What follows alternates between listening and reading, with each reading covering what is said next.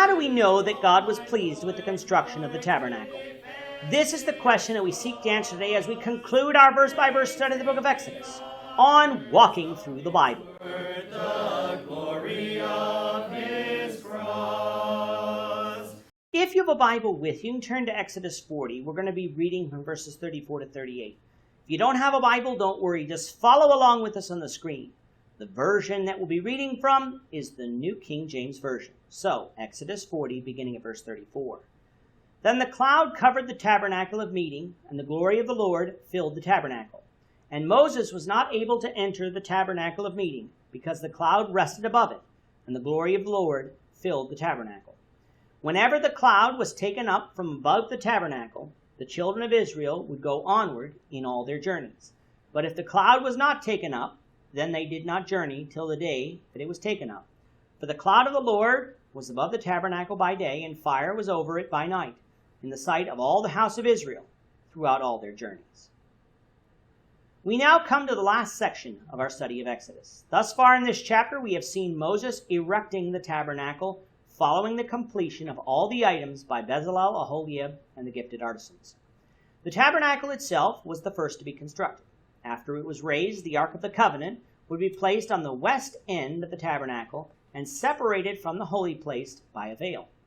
The table of showbread with the showbread would then be placed on the north end in the holy place.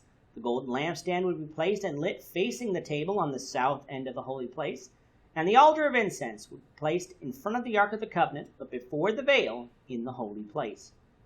Moses would be the first to offer incense upon this altar, as Aaron and his sons had yet to be consecrated as priests. Once the tabernacle was set up, the screen was placed on the front, the east side, separating the tabernacle from the court. In the court, Moses set up the altar of burnt offering before the door of the court, which would be on the east side. Behind this, in between the altar and the tabernacle, was the bronze laver, which would be used to wash the hands and the feet of the priests who served in the tabernacle and offered sacrifices on the altar. Like with the altar of incense, Moses was the first to offer sacrifice on the altar of burnt offering, the daily burnt offering and the grain offerings that the Lord had commanded in Exodus 29, lesson 117 of this series. Once the court of the tabernacle was organized, the hanging of the court, including its screen, were raised, separating the court of the tabernacle from the camp. This completed the working of the building of the sanctuary of the Lord. Now one might wonder if the Lord approved of what was built, for so far all we had was Moses' word that he did. All doubt is removed by what happened next. The cloud covered the tabernacle of meeting, and the glory of the Lord filled the tabernacle. If you recall, all the way from the beginning of the journey from Egypt, Israel was led by the pillar of cloud by day and the pillar of fire by night. We had said that in that context it showed that this cloud and this fire was God himself leading them. This cloud had been present over the temporary tabernacle that Moses had built in Exodus 33. The cloud would no longer be present there, for it would now be present over this tabernacle, the tabernacle of the Lord that had been built according to his instructions.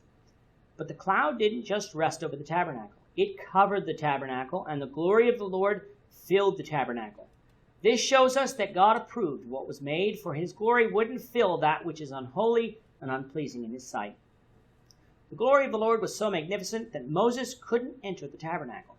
That shows us that even though Moses was God's prophet, that didn't mean Moses could just walk into the presence of the glory of the Lord, for that glory is too great for man to approach. The only way for us to approach God is for him to allow us to, something that he didn't allow Moses to do here. However, it can be inferred that God's glory after this initial appearance over the whole tabernacle eventually rested in the most holy place, the Holy of Holies, above the mercy seat and between the cherubim on the Ark of the Covenant, for the priests would need to perform their service in the tabernacle to him later on. The book closes by telling us that the cloud over the tabernacle would be a sign to Israel that not only was God with them, but it would also signify when they were to break camp and when they were to set up camp. If the cloud was taken up from the tabernacle, they were to break camp. By implication, follow the cloud to where it led them. For remember, it was said that God would be the one that lead them to Canaan. When the cloud rested over the tabernacle, though, they were to remain camped and rest until the time that cloud was raised up. So visible was God's presence with them, it is said that the children of Israel always knew where the tabernacle was, For the cloud rested on the tabernacle during the day, while fire rested upon it at night. And God's presence before Israel remained that way throughout all their journeys to the promised land. With that, we conclude our verse-by-verse study of the book of Exodus. The Lord willing, we hope you'll join us for tomorrow's overall review of what was revealed to us in this book, as we continue our walk through the Bible, one verse at a time. Thank you for watching today's episode. We hope that you found it edifying and ask that you not only subscribe to our channel and podcast, but that you like and share this episode among your friends, so that the saving gospel of Jesus Christ can go out to the whole world.